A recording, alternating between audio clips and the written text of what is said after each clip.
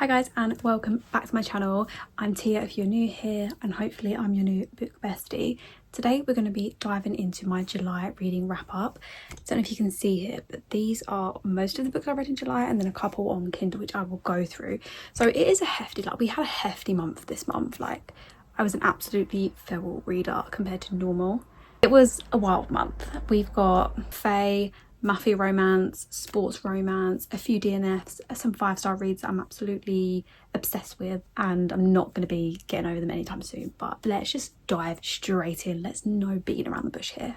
I said in my picking my TBR for August that we got through pretty much most of the July's TBR. The only one I didn't read was Quicksilver. Apologies if you can hear dogs barking in the background. So we're kicking it off and starting strong with God of Malice by Rena Ken. So this is a dark enemies to lovers romance about a cold, unfeeling MMC and a girl that he shouldn't want but does, and he just takes her anyway. This is full of obsession, danger and a very twisted power play. This is very, very chaotic. So the MMC is probably one of the most unhinged men I've ever encountered, and I was also obsessed with him. Killian is just something else, and I cannot wait to read the rest of the books in this series. I know it's just going to get better. Please read your trigger warnings. The first or second chapter is very dark and yeah, could be quite triggering for someone, so yeah, please check the trigger warnings. It does say at the beginning of the book this is not light-hearted fun. Next up we have an arc which was The Mafia's Bride by Edie Crow. Oh, God of Malice I rated 4 stars, by the way, guys, sorry. So this is about an arranged marriage between one of the guys in the mafia and a girl that I suppose is also in her own type of mafia, her family's own type of mafia, and basically her sister is now the head of her family and basically says you have to marry this guy, this is what is best for the family, you have to do this.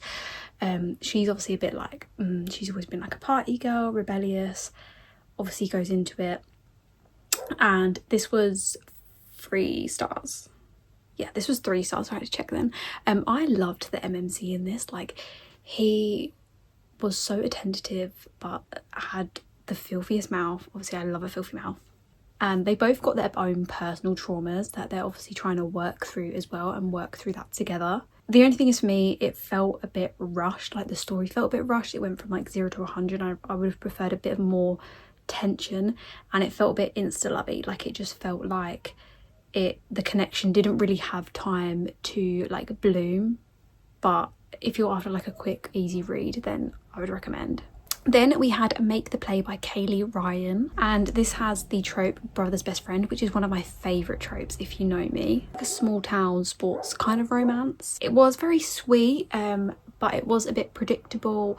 The connection felt a bit insta-lovey again, so it was a fun time, a fun, silly, goofy, giggly, haha, kicking your feet time, but it just felt a bit rushed. And yeah, I just needed a little bit more. I like that tension where it just felt straight away they were bam, do you know what I mean? So it just got, I can't remember if I said, but it got 3 stars. Then we got an arc of The Girlfriend Agreement by Rowan Croft, and I know this was very, very sought after. It was very, very big and popular.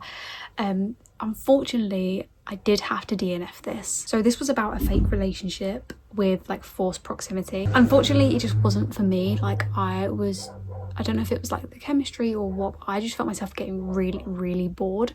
So I DNF'd this, unfortunately. Then we had Torment Part 1 by Dylan Page. As you can see, there's a lot to unpack here, guys. This is a dark taboo romance. Please do not go into this thinking that this is going to be a silly ha-ha time, because it isn't. That's the truth. It's sort of got obsession, twisted attraction, and also scars from the past as well. It's definitely not for the faint of heart. It is a stepbrother and stepsister trope, with gangs type thing as well. I actually rated it 4 stars. I did really enjoy this, even though it was very traumatic, but I had a good time. I went into this knowing that it was going to be like that, so I was sort of prepared, and I did really love this. I felt sort of gaslit a bit the whole book. I wasn't really sure if I liked the MMC or not. And yeah, more on that on book 2. We then went in with Painted Scars by Neva Altage, which is a very short book. I think it was like 220 pages, something like that. So very easy read. And this was a mafia romance with like an emotional depth and a wounded hero, so that it was like sort of disabled rep almost. He was in a wheelchair, and this is also an arranged marriage as well. Basically the head of the mafia needs a wife to sort of like stake his claim and show that he's still powerful, and the FMC is trying to basically pay off her dad's debt. That's the only reason why she's sort of like having to agree to it. The dynamic between the main characters was very emotional, and I really liked that. As far as mafia romances go, it was pretty average, but I really liked the connection between the FMC and the MMC. It just felt like real and raw, and just the way that they both cared for each other in their own ways was just beautiful to see. It was 4 stars. I keep forgetting to say the star rating. Torment was 4 stars as well, guys. Then we had 500 First Editions by Maggie Gates. It was a 4.5 star read, guys. Like, I really enjoyed this. This was an arc, and it's a very like cozy, bookish contemporary romance. The FMC is actually an author, and she is part of an interconnected series. I think this is the 3rd book, I want to say. And basically the premise of it is the MMC is on a panel, and he basically has like an app thing that is like a 12-step program to fall in love with someone, basically. And the FMC is basically like, that's trash, it doesn't work. And he says, well, let me tell you here, you do this program. After 12 weeks, if you haven't fallen in love with me, that's it. That you can tell everyone it doesn't work, blah, blah, blah. But if you do fall in love with me, you have to endorse this. And she's like, fuck it, let's do it. The banter from this was absolutely kicking. Like, the banter was so funny. Like, I was giggling. Ryan and Willow were literally the best people, and Ryan was the sweetest MMC as well. And I was absolutely almost bawling and sobbing my eyes out at 80% of this. I highly recommend. Then we started a little deep dive of Zodiac Academy. So we finally started this world after much begging from my friend Gemma. So this is by the Twisted Sisters, so Caroline Peckham and Suzanne Valenti. This is the first book. This is The Awakening. You'll see how we decided to do it. So I know there's a lot of different reading orders. So some people do the novellas, like the first 2 novellas, and then obviously the like first 3 books, and then they go to the Ruthless Boys of the Zodiac. I've decided not to. I've decided just to do Zodiac Academy. I'm already currently reading book 4, Shadow Princess, and you do have a little bit of spoilers from one of the Ruthless Boys because he's in this book. I have spoken to my friend who is reading the Ruthless Boys because she's doing it that way, and I already knew about some spoilers anyway, so it wasn't too big of a deal. I'm not really one to care about spoilers, so but I definitely think after Zodiac Academy I'm gonna go back read the Ruthless Boys. But anyway, so this is a fantasy fae power, elemental powers, which follows 2 twins, Darcy and Tori. And then we also have the 4 celestial heirs, which is Max, Seth, Darius and Caleb. And then we've also got lots of side characters, so like Professor Lance Orion, who let me tell you, I love him. But anyway, this is the first book. Let's start with the first book. Let's not get ahead of ourselves.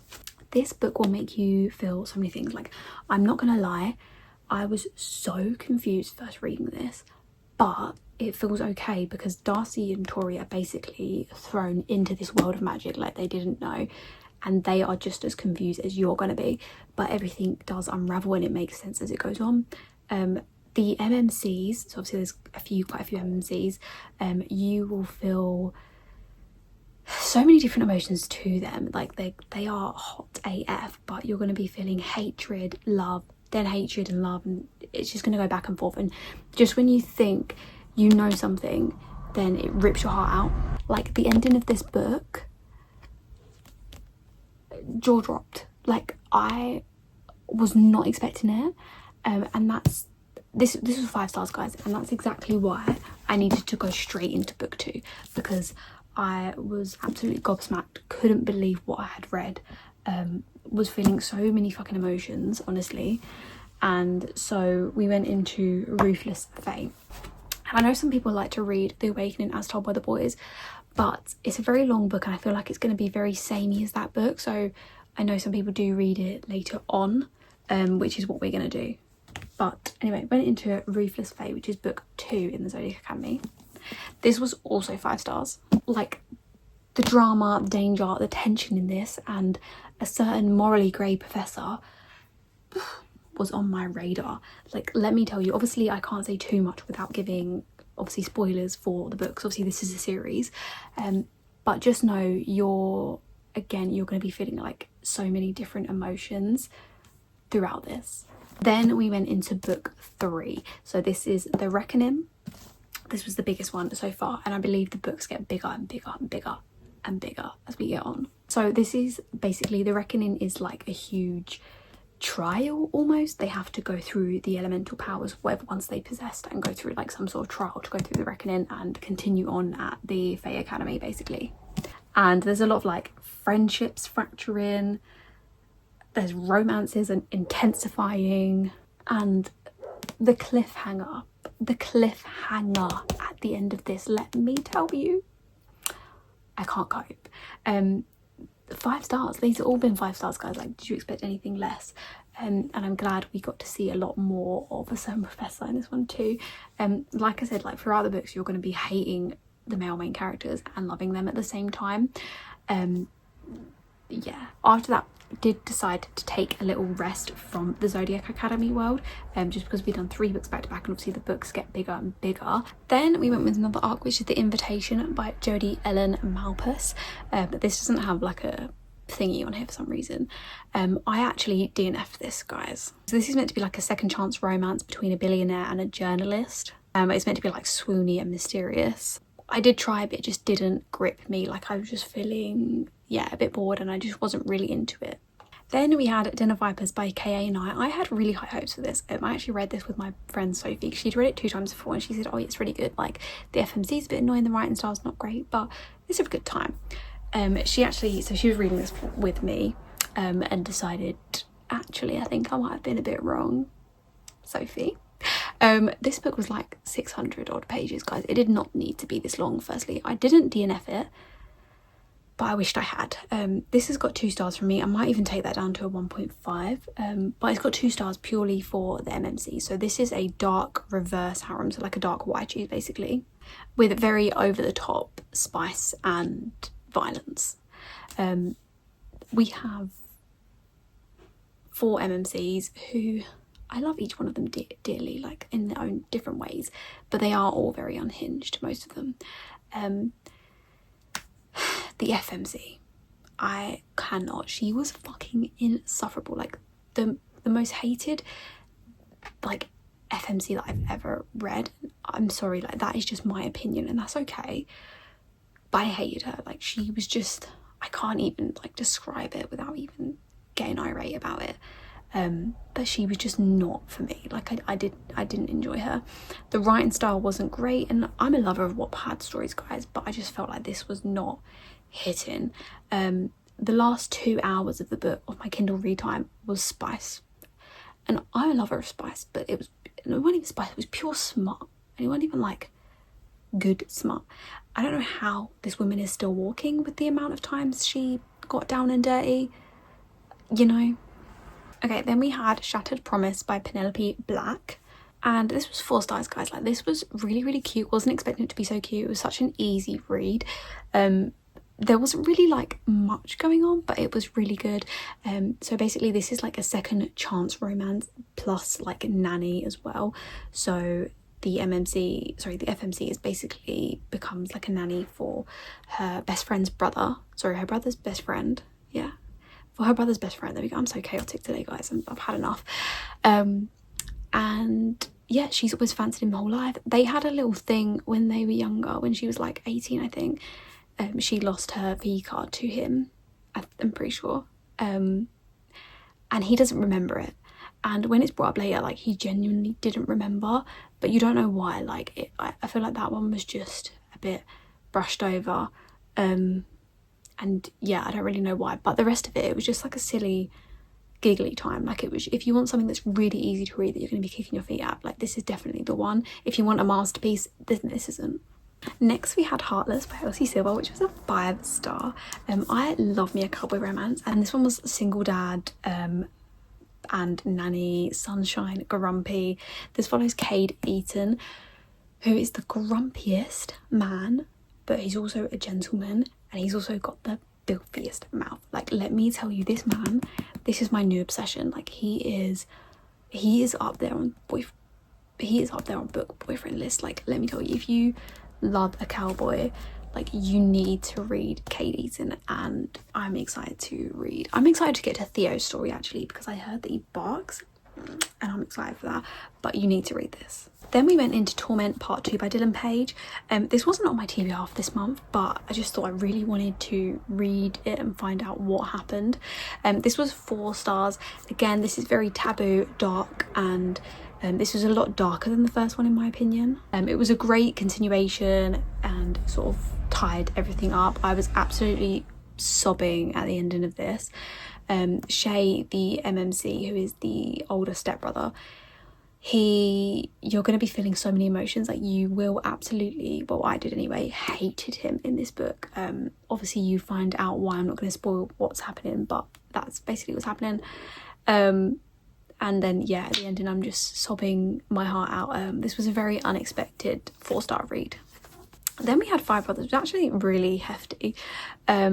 I loved this. This was 5-star. 5-star for Five Brothers. This was chaotic, hot, but so addictive. Like, and I just feel like Penelope Douglas never misses, does she?